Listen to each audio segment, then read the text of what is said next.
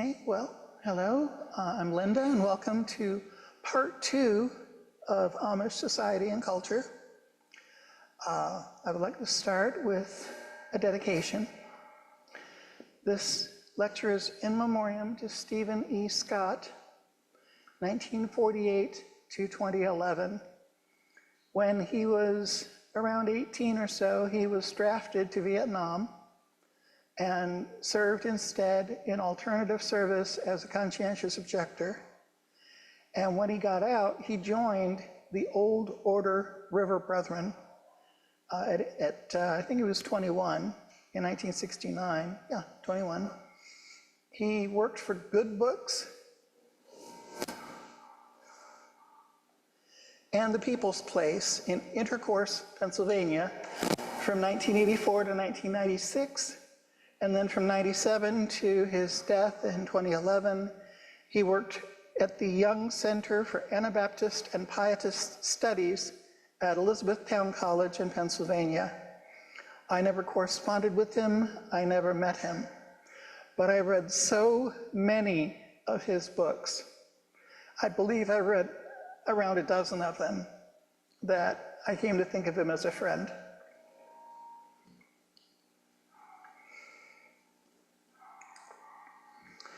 Welcome to Dirk Willems, Dutch Anabaptist, who was being pursued by Anabaptist catchers, as you can see on the shore, including the one who fell through the ice. He turned back, having escaped prison, and the Anabaptist catchers after him. He turned back to save one of his pursuers from drowning in the ice. And that man pleaded for his life, but his colleagues still recaptured him after he saved that man and took him off to his death to be executed as an Anabaptist. This says, Der blutige Schauplatz oder Martyrspiegel, the bloody theater or martyr's mirror of the defenseless Christians from the time of the apostles to the year of our Lord, 1660. That's the Dutch, I'm sorry, it was written in Dutch. That's the German translation there, which most Amish have in their homes. Other Amish and most Mennonites have the English translation, and that's what the cover looks like of it, and features another woodcut of the rescue of the Anabaptist catcher. The Martyr's Mirror establishes solidarity with early Christians from Stephen in the book of Acts through the Roman Colosseum to the Waldensians and Moravians to the Anabaptists on the basis of shared martyrdom by unbelievers and by the state and its church, following a line of persecution for 1,600 years. So the Amish are raised with the tales of the martyrs. From 1862 to 1878, every year but 1877, the Amish ministry held annual conferences, usually in a large barn of the host congregation, although open to the laity and normally attended by the host congregation. In German, ministers' meetings are called die Dienerversammlungen. Diener means minister or deacon, and Versammlung means together. So a conference or a gathering would be eine Versammlung. Due to being scattered and isolated across the north central states and an influx of Amish immigrants from Alsace and South Germany in the 1800s, whose customs differed a bit from those of the Pennsylvania Amish who had settled in the 1700s, the meetings were convened to resolve differences in religious practices to keep everything as uniform as possible. In the 1800s, The Amish were present mainly in Pennsylvania, Ohio, Indiana, Illinois, and Iowa. You've seen where they have spread since. This is a map from last year showing every county in the United States with an Amish church presence. The first session was held in Wayne County, Ohio in 1862. The main question was whether baptism should be administered in a flowing stream, creek, or river, or in the house. No definitive conclusion was reached. During the Civil War, the following were among the questions addressed. Is participation in war scriptural? May a member accept Teamster service under military direction? If a former member joined the Army, was wounded, and rejoined the church, may he receive a government pension, what today we'd call disabled veterans benefits? And may a member participate in raising war memorials? The answers to all of those questions was a definite no. Holding any public office, judicial or under the military, that required use of force, attending political meetings, and voting were unseemly for a non-resistant people. Being unequally yoked together with the world by owning bank stock, managing a store, post office, or express office, those were all forbidden. Innovations threatening the Amish way of life, such as lightning rods, life insurance, large meeting houses, and being photographed, were items on the agenda of the first conference. Meeting houses were coming into use out west, but controversial back east where homes and barns were still the norm. Die Meidung, in Pennsylvania Dutch, die Meiding, also called excommunication and strict shunning, or the ban, had been an Amish distinctive since 1693. It began to come into question, but was affirmed. Progressives, however, got some tolerance and leniency agreed upon. Kleidertracht, nonconformity in dress, was still taken for granted. Hooks and eyes to close coats and jackets instead of buttons, longer hair than worldly fashions, broad fall trousers like you may have seen on sailor dress uniforms with the buttons across the front and down one leg. Those, along with uncut hair for women, broad-brimmed hats, aprons, bonnets over their uncut hair, and simply made clothes in somber, solid colors. These were all taken for granted. They didn't come up for argument at these meetings. Nobody was saying that they wanted to change that. In 1872, a committee was appointed to investigate Joseph Stuckey of Illinois. One of his members had written a poem, Die frohe Botschaft, Message of Joy, and distributed it widely across Illinois among the Amish. In it, the author wrote that God, in his infinite love, would not send anyone into eternal punishment, but that the only punishment a sinner suffered would be the results of their sin in this life. What is the term for this belief? Anyone? Universalism. So one of his members had become a universalist. When the committee found Bishop Stuckey regarded this member as a brother and it admitted him to the Lord's table, it withdrew fellowship from him and his congregation, which subsequently became a founding church of the Central Conference of Amish Mennonites.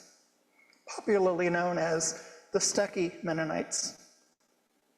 They dropped Amish from their name in 1908, joined the General Conference Mennonite Church in 1945, and a dozen years later merged with the pre-existing Midwest Conference, because General Conference Mennonite Church had been in the Midwest for almost a century. They already had a conference for that. So they merged to form the Central District Conference, and so remained until the General Conference Mennonite Church and the old Mennonite Church merged to create the Mennonite Church USA and Mennonite Church Canada in 2002.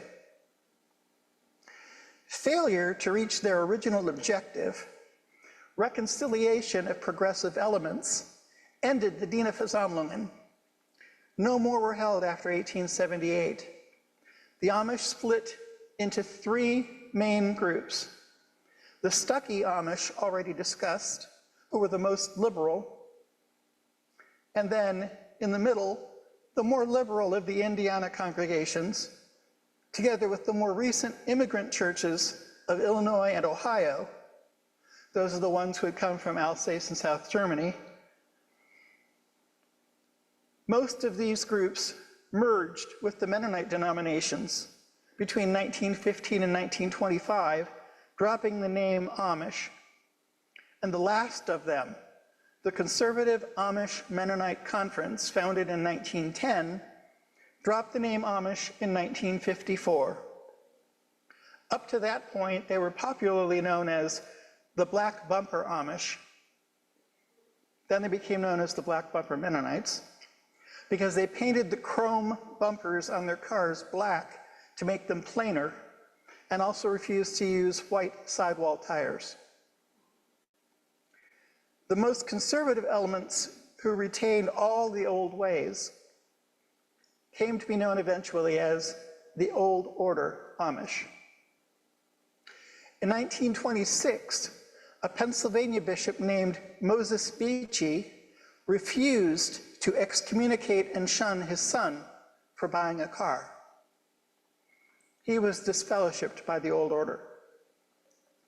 This was the birth of the Beachy Amish, also known as Amish Mennonites, not to be confused with the earlier group by that name, which had already died out, and sometimes now known as Beachy Mennonites. But you can tell them apart from the other Mennonites and show that they are Amish related because they still have beards, which will come up a little more soon. In 1966, a group of Old Order Amish favoring Sunday schools, evangelism, or at least witnessing to outsiders, and an increased use of English, and also distinguished by the belief that they could have assurance of salvation in this life. They didn't have to die wondering had they been good enough, were disfellowshipped and became almost immediately known as the New Order Amish. To this day, they remain a horse and buggy people.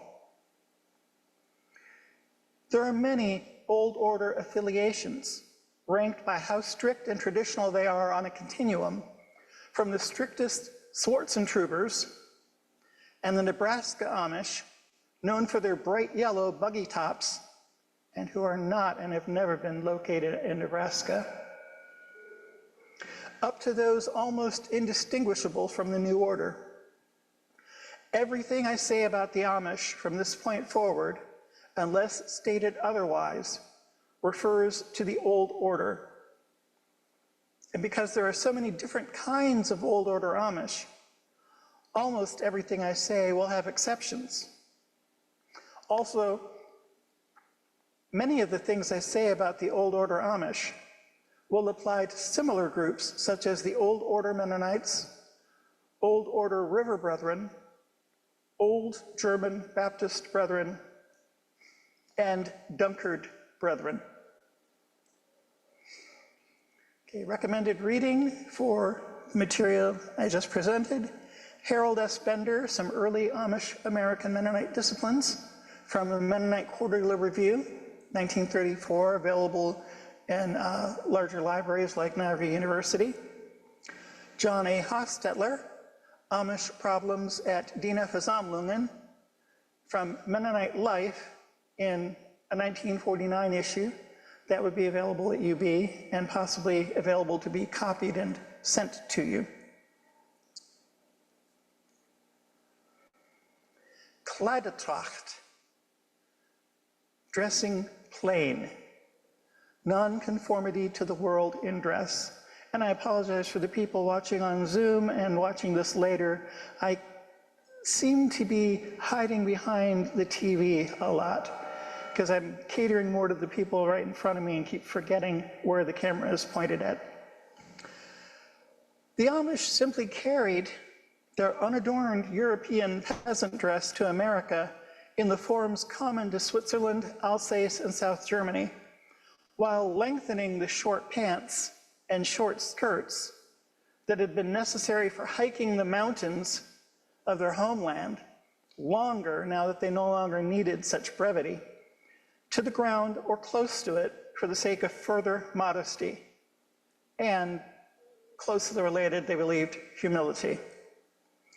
Taking biblical admonitions to emphasize inner beauty over outward forms such as plaiting the hair and wearing gold, jewels, and expensive attire to be outright prohibitions, the Amish wear no makeup or jewelry, including wedding rings.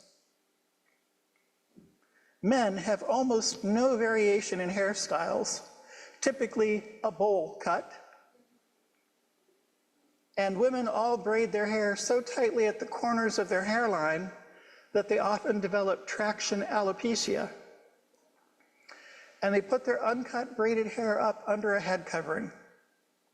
The covering, or kapp, K-A-P-P, is sometimes black for young girls and white for teens and women, sometimes black for singles and white for married women, and is additionally covered by a black bonnet for formal occasions or away from home, especially among more conservative affiliations. Bonnets are often made by cutting up a bleach bottle as a form and stiffener to keep the round shape. In this picture, you can see the Amish men's black hats. It looks like they're all felt in this case. And the young women are wearing black coverings, but it looks to me like it's hard to tell if they're wearing bonnets as well, since bonnets are always black. Notice that the children are copies of their parents.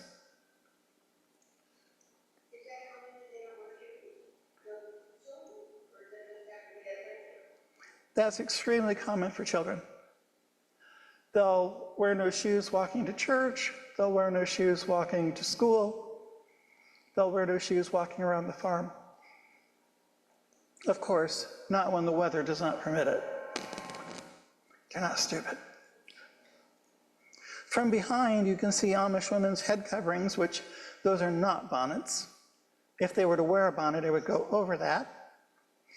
And the men in this picture are wearing straw hats. Notice the men and the boys are all wearing suspenders. There are no belts. Belts are considered too tight and therefore too revealing and immodest. Generally speaking, the broader the hat brim, the more conservative the affiliation. Each church district, typically 2 congregations under a common bishop, determines its own rules in light of its broader affiliation. Excuse me while I cough.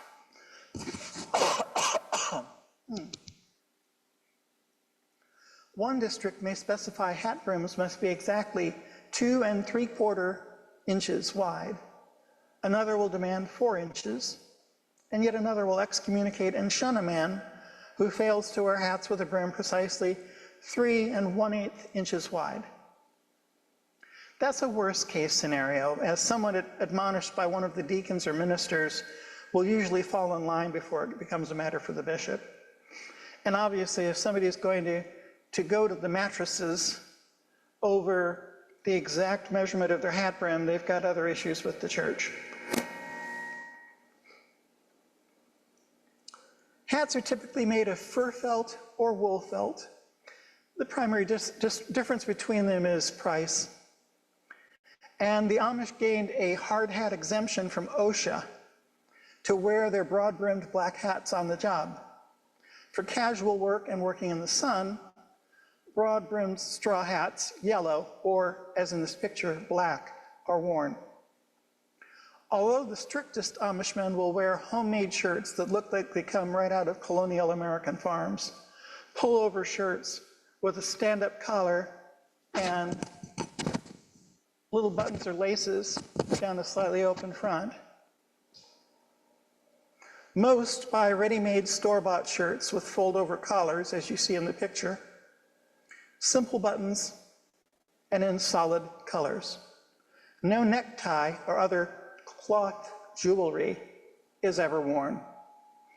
That includes lapels, which serve no useful purpose and are considered decorative. And there isn't a lot that the Amish decorate, especially on themselves. Now, as for beards, this gets a little more complicated because, as I say, there are many affiliations. I can't make a generalization because then I'll be wrong. There'll be too many exceptions. So I'll try and mention several of the variations. An Amishman might not be allowed to wear a beard until he is baptized, which typically happens around the age of 22. The earliest is about 16, but that's rare, especially because that would mean you'd have to miss Rumspringa, which we'll get into next week. You may have heard of that. It literally means running around. Or a church member may not be allowed to wear a beard until he is engaged to be married. Or he might not be allowed to wear a beard until he's gotten married, which means that seeing a barefaced Amishman may give you a hint as to marital status. But again, that's not guaranteed because there's so many different churches that have their specific rule for their church. So you might see a middle-aged Amishman with no beard, and that means probably that he's never married. You'll also notice that they don't wear the full beard. They always shave the mustache. And that's inconsistent with the reason for wearing the beard, which is more or less, well, God put it there. But most of the police and other Anabaptist catchers and soldiers persecuting them had traditionally worn a mustache as a military symbol, since you couldn't wear a helmet with a full beard, but it was seen as masculine to at least have a mustache, and so military people in similar positions of authority would wear a mustache. So the Amish started shaving them. Their formal coats, called frock coats, as opposed to the simple sack coats of Mennonites and the English, y'all are English, despite being more elaborate and labor-intensive in construction, are maintained simply because they are the old way before modern efficiency developed the sack coat. On a page of this book, which I'm going to pass around, you can all look at, there is a diagram at the bottom of the left-hand page showing the difference between a modern sack coat and the old frock coat that I've marked for you. I wasn't able to get a good photograph to show you on the screen because they're always black. Do you know how hard it is to make out seams in a photograph on a black coat?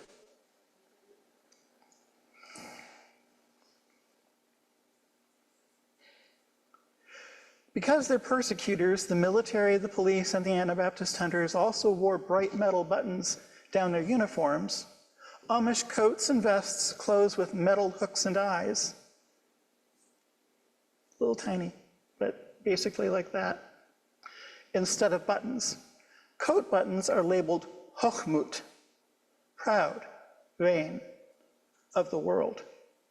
No contradiction is seen to using buttons on shirts and pants. I don't know, I mentioned earlier the broadfall trousers of sailors' dress uniforms have pretty bright bronze or copper buttons all shined up across the front and down the leg, but okay. Obviously the Amish don't wear bright shiny buttons, but they still wear buttons there. Black fabric is for church coats. Work coats are typically made of blue or black denim and might be constructed sack style. Lapels, again, are regarded as decorative and superfluous. And formal coats have standing collars, which has gotten them the nickname clerical coat. Because even if you're not ordained, if you're Amish, you're going to be wearing a coat with a standing collar, and if you have a white shirt on beneath it, it looks like you have the Roman collar. Broadfall trousers are made so that the entire front of the pants falls forward as a flap when unbuttoned. They typically, but not always, have no back pockets, but they may have extra utility pockets for tools if intended for work, and may also have a pocket for a watch. Black fabric is for church. Work trousers may be blue or black denim. I've seen some clothes that were brown. And they may also be made out of similar tough fabrics like canvas. In the 1800s, there were also narrow fall trousers. Small, narrow flap right in front of the middle of the torso. And these developed into the zipper fly front pants of today, regarded at their introduction, that is the zipper, as a most vulgar fashion. Ugh. Boys dress as miniatures of their elders, and plain, dark, store-bought shoes and boots are worn. The Amish don't have cobblers. For church and other formal occasions, and often when in town, as well as for utility, an Amish woman wears a crisp white apron pinned to her cape dress. You see that in the picture. Young girls do not need capes for modesty, and may have slightly higher skirts to allow for play. If hose are worn, they are dark and opaque. Younger girls may wear opaque tights. A woman's cape is pinned to her dress of the same fabric and color as her dress most of the time. You see in the example picture, there's a woman in a district where you're allowed to make the cape of white rather than the matching color. But in general, you don't want to draw attention to this part of the body, which is the whole point of having a cape, to hide what's under there. Especially since bras were not invented when the Amish developed their clothing styles. All right, let's see. The pieces of the dress are also pinned together rather than sewn. Imagine that when you take off your dress at night, you pull out the pins and it just basically falls apart.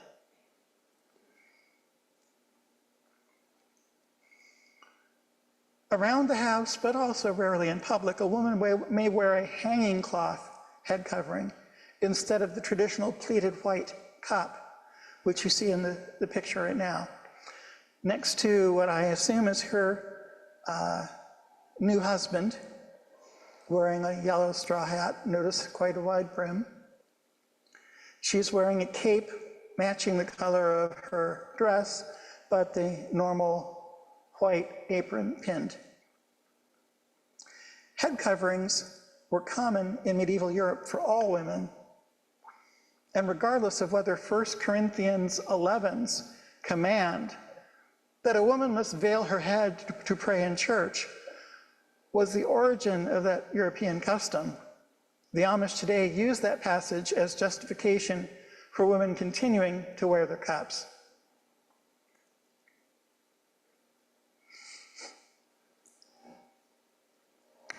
All right, here you see an Amishman wearing a vest, which they call a yaka, from which we get the word jacket. And you can see it's hook and eye closure. There are no buttons. And the woman with him is wearing the pleated cap and a cape that matches the rest of her dress. They're either married or courting, particularly because the emotion you can see on their faces and the fact that he's clean shaven.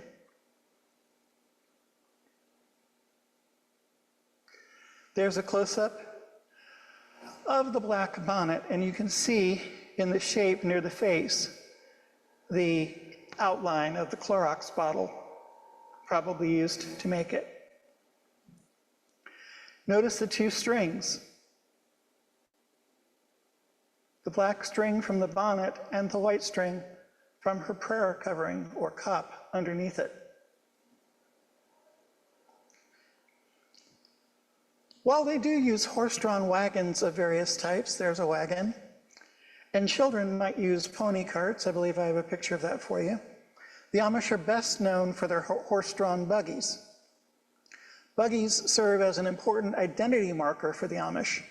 And just as every detail of someone's clothing is dictated by the rules of their local church district, so are the requirements for the size, shape, color, and accoutrements of a buggy.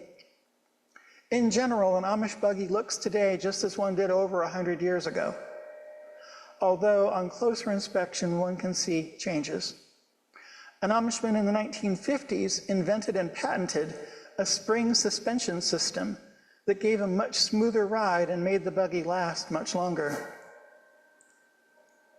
Just think of that, an Amish inventor. Now here is a black buggy, which probably means that it is from the Wayne Holmes, Tuscaroras counties area of Ohio, because certain areas of Pennsylvania tend to have either yellow-topped buggies or gray or brown, depending on the affiliation. That's not to say you won't see any black, but again, if you know the details to look for, then you can tell which church in the area someone goes to by the color of their buggy. There is a group of children driving a pony cart to town. Maybe they're going to town for errands for their parents, or maybe they were allowed to go get some candy. Notice there's no registration, there's no license, there's no insurance, there's no driver ed. Kids that young can drive a cart into town, and a little older than this, they can drive a full horse and buggy or a wagon. Symbolism as an identity marker is more important than substance. Harnesses used to be made of leather, but now are typically nylon, but they look the same. Waterproofed canvas covers or roofs have generally been replaced by vinyl, but they look the same. Wooden buggy chassis are now mostly fiberglass. Some affiliations have allowed replacing the government-mandated warning lights that traditionally were red-lensed kerosene lanterns with electric lights. These used to be incandescent bulbs run off a battery. Now they're increasingly LED lights run from a battery charged with little solar panels. As far as I know, every state requires a slow-moving vehicle orange triangle be placed on the back of a buggy to warn traffic. Notice on the front, there's a glass windshield. The most conservative groups have no windshield because they consider it makes it too comfortable and too likely you'll go a longer distance and too far away from your local community. Don't make transportation too convenient. But the more progressive have a glass windshield And then they either have doors on the side that slide or roll down doors made out of fabric with built-in plastic windows to see out the side in order to enclose it for rain or snow.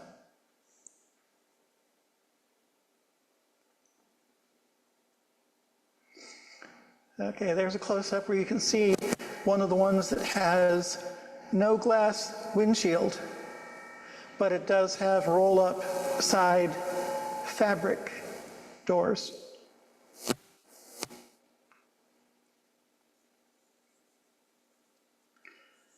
Again, no license, no registration, no insurance, no title. So children will drive buggies, carts, and wagons into town and back.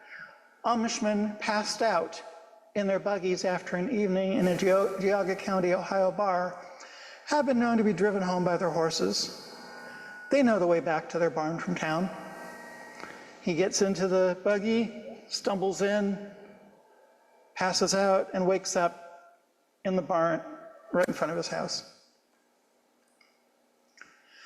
Recommended reading for this section: John A. Hostetler, Amish Society; Donald B. Craybill, The Riddle of Amish Culture; Stephen Scott, Plain Buggies, Amish, Mennonite, and Brethren, Horse-Drawn Transportation. Stephen Scott, Why Did They Dress That Way?, which I passed out to you, and also includes sections on the dress of Brethren groups and Quakers. And Stephen M. Nolt, A History of the Amish, the revised and updated version that Niagara Falls has in the library.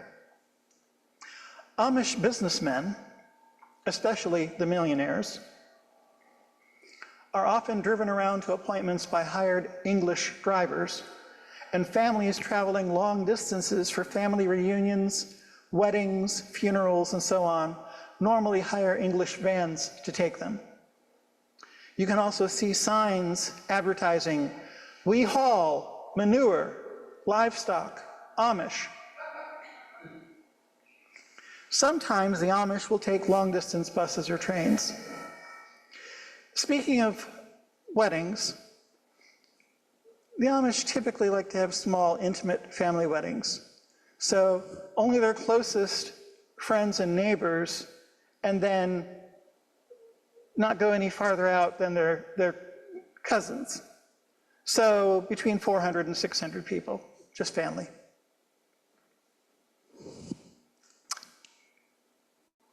Note for people on Zoom, that's where you laugh. But for local transportation on a less frequent basis, and for church, they maintain the horse and buggy for its symbolic significance, and because they believe it slows life down and also keeps youth from too much independence. They can't go too far away with a buggy. Staying local maintains the community. And no other place to put this in discussion of transportation, so I'll just out with it. Except for medical emergencies like a medevac to Akron General, the Amish do not fly.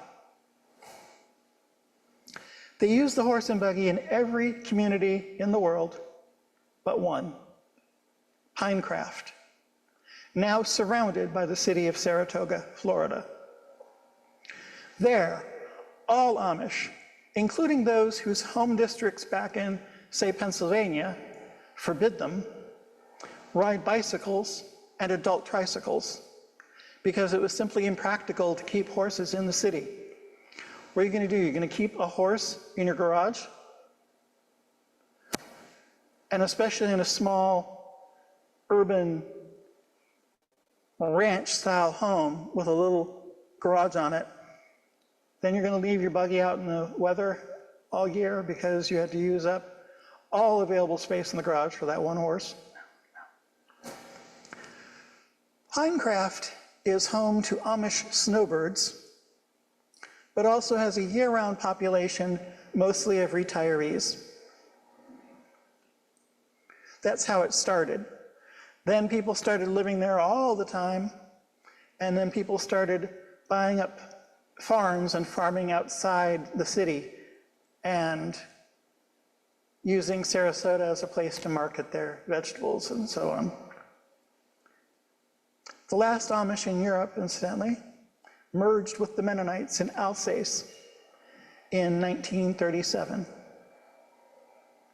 So if you see any Amish in Africa or Europe, Ireland, they are descendants or converts of Beachy Amish who moved there to create missions.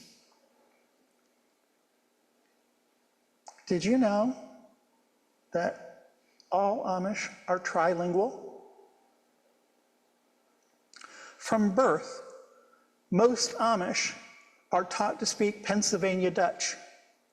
Dutch doesn't mean from Holland or the Netherlands. It's an older English term that was used for that language and all the nearby languages we now call German.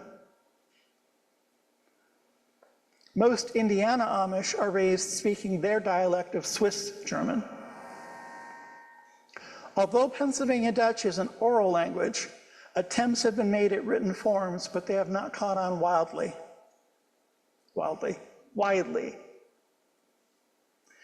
Nearly all Amish children first begin to learn to read, write, and speak English on the first day of school, when they begin first grade at around age 6. They become fluent speakers and are usually only able to write in English. Most of their non-religious reading is English too. The Amish National Newspaper, which I may go into a little bit more next time, is in English. Although there is a small column in Pennsylvania Dutch for people who want to practice and learn it as a written language. Again, that's more of a hobby than anything. And people who spoke Pennsylvania Dutch in their ancestry, like Lutherans, Catholics, Presbyterians that came from Germany and settled in Pennsylvania, like to follow those columns and practice and learn how to read it because it's what their ancestors learned. They don't have the advantage that the Amish do of having it spoken at home. Sometimes through home instruction and often through formal instruction at school, Amish children learn to read Standard German, which they call High German, even though their own dialects at home are actually also High German. I think they think high means highfalutin, when it actually refers to your elevation geographically, so that they can read the Bible, their prayer book, their song book, the Ausbund, the oldest non-Catholic hymn book in continuous use, and the Martyr's Mirror if the copy at home is in German rather than English. Technically, they mispronounce many words because they speak Standard German with a heavy Pennsylvania Dutch or Indiana Swiss dialect. For example, God is love. In Standard German, it's Gott ist die Liebe. The Amish typically say it as Gott ist die Liebe, because they're reading it with their accent and according to the way it's spelled, the way they would write it out in their accent. All Bible readings, prayers, and hymns in an Amish service are in German. The preaching may be the local dialect or a mix of dialect and German, as the preacher attempts to speak German, but is constantly really reverting back to the local language. Those churches that have Sunday school, New Order churches and the most liberal of the Old Order, typically have it in English, and sometimes even sing English church songs in Sunday school. All right, now this has been hard to do, to cram 45 hours of university classwork into 3 lectures less than an hour each. And it's hard to do justice to an entire people. But that's it for number 2. Number 3 will be 1 month from now, this Sunday of the month in January. And then my hope is that in February, March, April, and May, on that same Sunday of the month, that I will present lectures on our religious liberty under the Constitution, according to the Supreme Court. Thank you. My apologies for hiding from you. If it was still recording, I was saying my apologies for hiding from the camera so much. I kept moving behind the screen. Bitteschön.